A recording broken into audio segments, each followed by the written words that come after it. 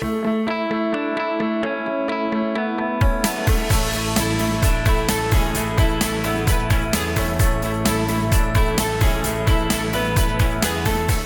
Gary, and this is my wife Donna, and we've been attending Mission Trails Church for about 6 years.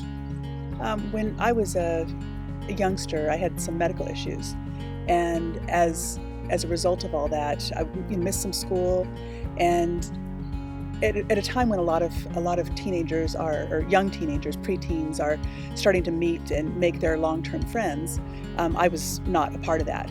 And so, during my early teen years, really more of a loner and not really very happy with things.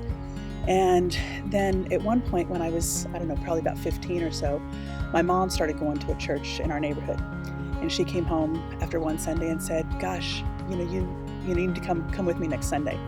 And I thought, well, why would I want to do that? I mean, what's there about church that sounds very exciting? And she says, "But they've got this beautiful baby grand piano." And that was one of the things in my life, was music a lot. And so I thought, okay, well, next Sunday I went along with her. That night they had a youth meeting at the pastor's home where there were some college students actually from Point Loma. There was a sort of a potluck dinner and then a worship time with guitars, and everybody was singing. And that captured my attention. Just the chance, I thought, well, I want to be a part of this. And that was, other than, visiting church when I was a youngster with my grandma and whatnot, that was really my first real exposure to God and to people who love God. My family moved a lot, but I was in the church for most of my young childhood, and I was actually baptized in the church when I was 9 years old.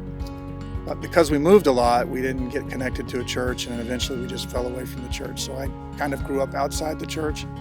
When I went in the military, I got pretty active with the church because when you're in training, you only get so many breaks, and church was a break that you got. So I would go to church just to get a break, so I got to hear a lot of the same stuff that I knew before. So it just kind of renewed my faith. But I got some special assignments, and I started traveling to different parts of the world that are not as civilized as where we live, and I began to see a lot of things that made me question whether or not God existed. The military sent me back to Fort Bragg, and when I was at Fort Bragg, I was at a very low point, and I didn't really care about much. And looking back now, I realized that some of the things I did and said was just, was trying to commit suicide on a way by volunteering for missions that were very dangerous and doing things that were dangerous. And I bought a motorcycle and went right up and down the roads, living a pretty wild life. And it came to a point in my life where I said, there's just really no point in living. There's no purpose. God's power spoke at that moment, because I was watching television when I came to that conclusion, and on the television was a television evangelist. He says, God doesn't make mistakes. God creates man for a purpose.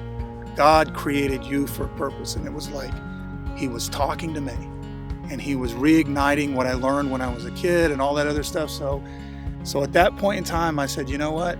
I got to find out what God's purpose is for me before I decide I'm going to just, throw it all away.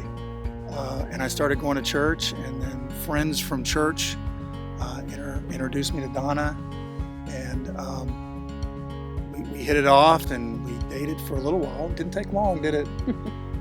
I'd say one of the things that was a turning point for me is I had been through high school and college pretty much just, participating and being fed, but not really jumping in with both feet. There was a sort of a foster care home, and they needed somebody to come in and do some painting for them. And I remember being really